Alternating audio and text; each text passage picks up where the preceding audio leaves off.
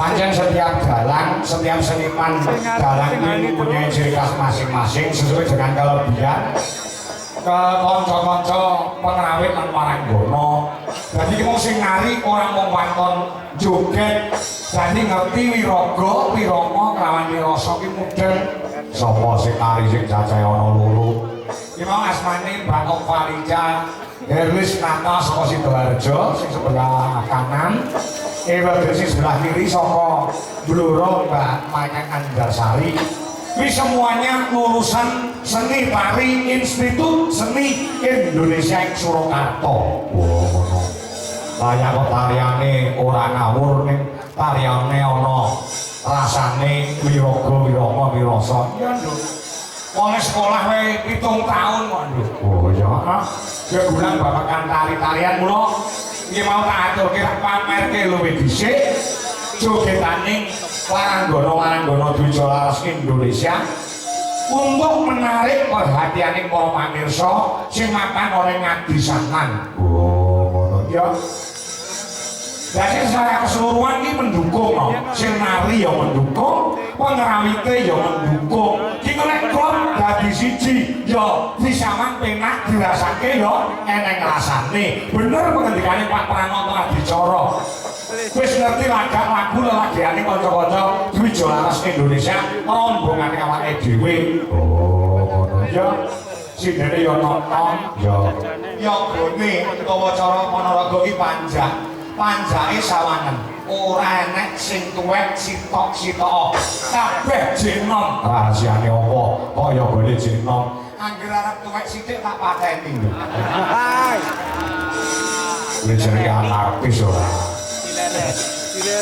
terus yang kedua iki mau sawise waranggono lenggah gone jejogetan dianggoke lagon sing bernapaskan religi utawa agamis. Hasbunallah wa ni'mal wakil, ni'mal maula wa ni'mal nasir. Oh, ing antarané budaya karo agama ini sudah menjadi jiwa para warga masyarakat oleh ngadisanan sambit ing kutha Riok Ponorogo. Oh, berbudaya juga ning agamane tidak ditinggalkan. Yo sing dadi jiwane para warga masyarakat oleh ngadisanan. Yo Ulah bicara bersih desa sing kaya ngene iki digelar wayangane 2 tahun sekali. Sing setahun nggo pengajian, sing setahun nggo wayangan. Oh, heeh. Jane nek dipikir nek wayangan iki 2 tahun pisan ya kesuwen. Oh, nek kabeh mau nuruti kentek sediane para warga masyarakat, agamane ya kecekel, budayane ya tidak ditinggalkan. Iki lho hebate masyarakat oleh ngadisanan sing sudah tertata, ngerti, paham terhadap budaya dan agama. Mula tepuk tangan buat warga ngadisanan yang hebat. Kaya ngono ya yo. Yo. Jane nek dipikir 2 tahun pisan iki kesuwen, nek iso ki setahun ping 4 atau ping 5 ngono ya. Oh, sing bayar dimasake masyarakate sing urunan. Kaya ngene waton ditindakne secara rutin 2 tahun pisan sing setahun nggo pengajian luar biasa. Luar biasa ya no. Yo. Ini membuktikan bahwasanya piyayi ana ing ngadisanan iki wis aturke ana ngarep, budayane ya digeluti, agamane ibadah ya tidak ditinggalkan. Mula sawangen bapak-bapak sing nganggo-nganggoke mending nganggo songkok utawa nganggo kopiah, ibu-ibu mending nganggo jilbab. Mukena iya. Iki bukti bahwasanya warga masyarakat ana ngadisanan kuwi agamane kuat, agamane kental. Nek kowe ora percaya nek warga ana ing Adisanan iki agamane kuat ibadahe rasa kowe jam 3 sore lu dolan nang Adisanan masjid langgar adzan Allahu Akbar Allahu Akbar wong Adisanan iki langsung grutuk-grutuk nang sawah lho basa nang sawah lho nang sawah iki ngampiri kancane Kang Pakde Pak Le Lerense kalau ditimbali karo Gusti Allah adzan wis mumandang ayo salat sik nyambut gawe ya oleh nek lek adzan mumandang macule diselehne arite diselehke ayo bareng-bareng ibadah ngampiri kancane sing ning sawah salat berjamaah ning masjid ning langgar bar kuwi balik ning sawah meneh lah ini yang dinamakan seimbang kewabalan para warga kene ngerti bahwasanya he menungso kowe nyambut gawe kanthi sregep kaya dene uripmu bakal 100 taun meneh ning kowe ibadah kanthi kusuk kaya dene kowe sesuk arep mati utawa ditimbali karo sing gawe urip ini namanya kan kehidupan yang balance utawa seimbang oh ngono luar biasa ya luar biasa aku kangen banget karo Ngadisanan oh Ngadisanan ya gawe Pak Lurah ya Pak Lurah biyen awake dhewe tau urip udakara taun 2016 no oh iya 2016 heeh papane wong Jembar kaya ngene ya Saudara Pak Sumarni sing asta kepala desa 3 kali utawa 3 periode heeh kepala desa iki ora mungkin iso 3 periode ora ditresnani dipercaya lawan para warga masyarakat upama iso upama aturane negara iso ditoleransi iso-iso penjerane Pak Sumarni iki didadekne kepala desa seumur hidup lho oh ngono ya maka nek peduli siap dadi pengayom tumraping para warga lan melayani kabeh para warga ning Ngadisanan Sambit ing Ponorogo oh ngono ya ya kula matur sembah nuwun Pak Panitia ya Pak Kepala Desa para warga masyarakat ya yang sampun kepareng gerakan kabudayan bersih desa Ngadisanan sing disponsori karo Sound System MTH Audio juga video ijo multimedia juga lighting K2 lighting ya sing digelar ana ing lapangan Suro Diwirya sing mapan ana ing desa Ngadisanan oh ya kestoke dawuh awake mung iso matur nuwun lawan para warga sing mapan ana ing Ngadisanan tanpa kapercayane para warga ing Ngadisanan akeh awake dhewe iso sowan mrene Pak Lurah ora iso apa-apa nek ora didukung lawan para panitia perangkat desa lembaga desa lan masyarakat. Jadi Pak Lurah Pak Sumarni itu ora iso menentukan jalan kudu awake dhewe gak iso. Kabeh dimusyawarahkan untuk mencapai mufakat. Yo. Tur gensine gede lho Ngadisanan kuwi. Oh ngono. Nanggap jalan nek mung biyen utawa murah-murah ora gelem. Oh iya, wis diketikake karo Pak Pranono Adicara biyen nanti dari Mas almarhum Ki Seno Nugroho. Iya. Ono yo terus Yusuf Ansor Kamarudin. Ya. Terus tahun ini awake dhewe ya wis toke dawuh.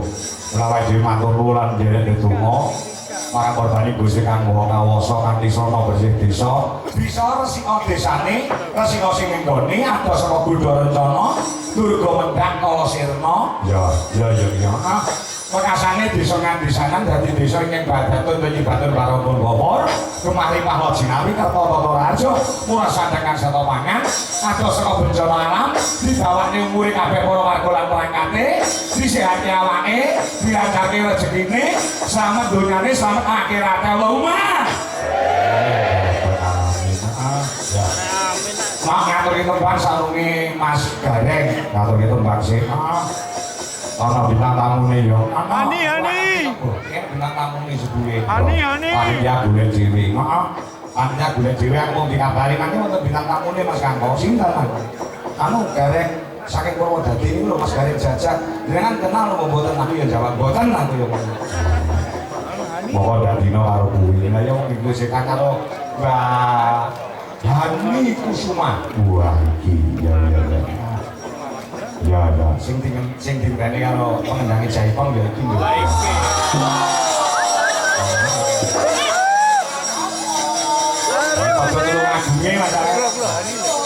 Kusuma ya Ani Kusuma iso bintang tamu di RI. Wah, ngerti Ani Kusuma iso bintang tamu di RI, aku arep joget duet karo Ani Kusuma. Nyawir. Rasane ngono, rasane ngono. Wah, anu Mas Kakak, Ani Kusuma ayo men yo. Kan anak singene minta Dasana. Anu boleh ora nyepat bokonge gocil.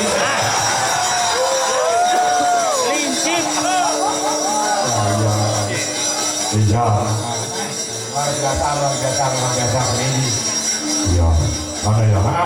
Lagu sing aku mau lang sore ning gone nggon kene iki aku nulis apa lagu sing kanggo rasa tresnaku karo warga Ngadisanan. Oh, ngono. Ya. Diumumke meneh sumben awake dhewe ya ning Ponorogo. Heeh. Engko nek ora marem iso tanggal 10 Juli. Oh, ngono. Ning Desa Balong, Kecamatan Balong, Kabupaten Ponorogo. Oh, ngono. Ya.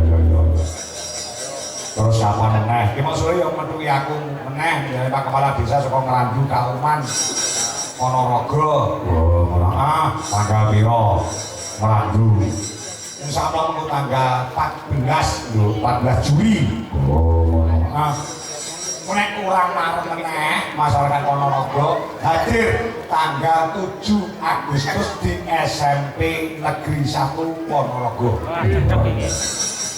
Ngono nek jek kurang marem meneh ya dicatet tanggal 12 September kuwi awake dhewe konsul para warga Ponorogo pentas wonten ing kantor Peprabri Surabaya Jawa Timur. Aduh men mingkat. Kok menawa pengen dolan ning Doli.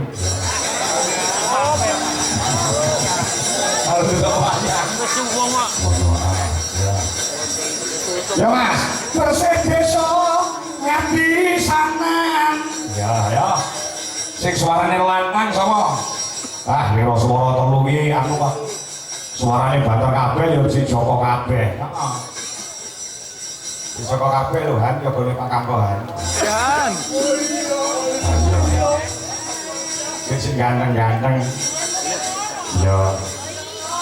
Ya Ardi ya enak. Ardi ya enak. Si Joko sing kok ini. Terus Mas anu. Ngadehan. Ini ngaku Joko matamu picek ini. Enggak jujur Joko. Sing nonton ngaco. Aku si Joko. Alah. Ya jenenge sapa? Iki jenenge Rian ning desa jeroane Mbah Somo Gawuk. Ana Mas apa jenenge? Kasih dari ono sing ngetruk kuwi ya si Joko. Ya. Ucel. Oh, ucel ya si Joko sing rambute gondrong kuwi. Ora tau laut. Ya, bersih desa Ngadisanan. Ya. Monggo salah tunggal. Ya. Kowe sing suarane berangkat seko kabeh-kabeh kok. Iya. Rombongane dhewe rene sing elek nduk. Ya. Nyambut gawene apik ya mung kok. Kok iki elek-elek. Soale kadung mendem kowe. Aku wis ora diwandal wis ora. Ya. Kare Mas Wisnu ya kena, Uguh ya kena, Mas Retno Wibowo ya kena. Rasa tresna tariasi awake dhewe tumpah warga Ngadisanan nganggo sura tembang secara mendadak tak gawe ning panggung mbok apik mbok elek. Lagune aku duweni rasa tresna kawon warga Ngadisanan tanpa mbok kangen yo. Ya Mas. Bersih desa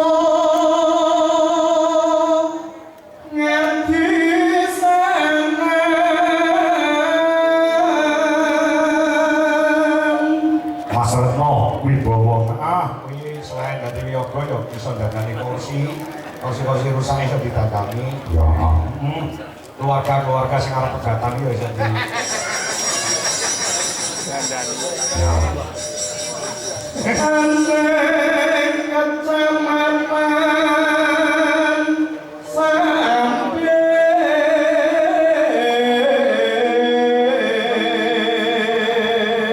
Ngadisanan kuwi kecamatan Sambit. Oh, rutin Mas, mriki. Rutin ronteon sepisan. Tahun tulisan. Ya. Pinaka tondo apa Mas? Tondo syukur marang Gusti. Tondo syukur marang Gusti sing karya jagat. Ya. Terus wago rangkap nyawiji. Iki sing penting warga lan perangkat desa nyawiji. Iki dudu sing duwe gawe iki ora mung Pak Lurah to, dudu Pak Suparni to, dudu perangkat desa, kabeh kesemuanya warga masyarakat menjadi tuan rumah utawa sing duwe gawe begiki. Kula menjadi Pak Pranoto adicara mau ngendika nek adicara kaya ngene iki ya kudu dileki kanggo sono tirakat nek iso nganti rampung nganti paripurna lakune wong Jawa sing apik kuwi siji poso loro melek nek poso ora kuat melek melek sing positif yo melek nang dina rong bengi malah main bali kene yo ngono. Lah iki positif mergo nonton kabudaya, nonton wayang kulit iki budaya sing kebak lawan tontonan, tuntunan ing kebak marang tatanan. Oh iya. Lah iki kok nyanti bar ribuan kok do undur, bar ribuan kok mulih, rugi nek urunan 50.000. Oh iya. Nek tewe to wayangan kaya ngene kok enek gareng jajak karo Hani Kusuma wajane kok. Urunane piro Mas? Urunane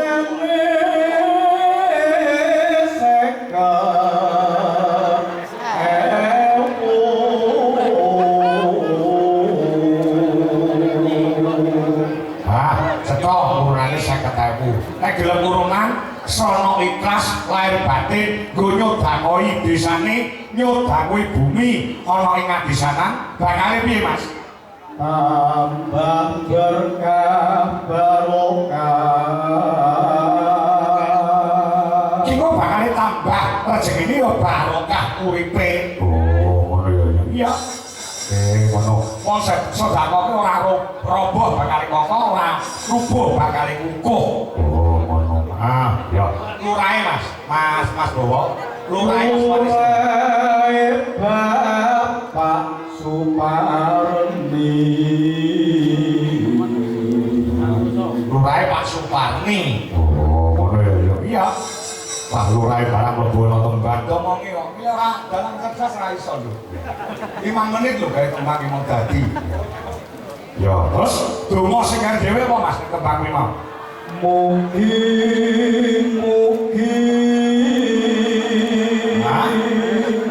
kalih saking sambiko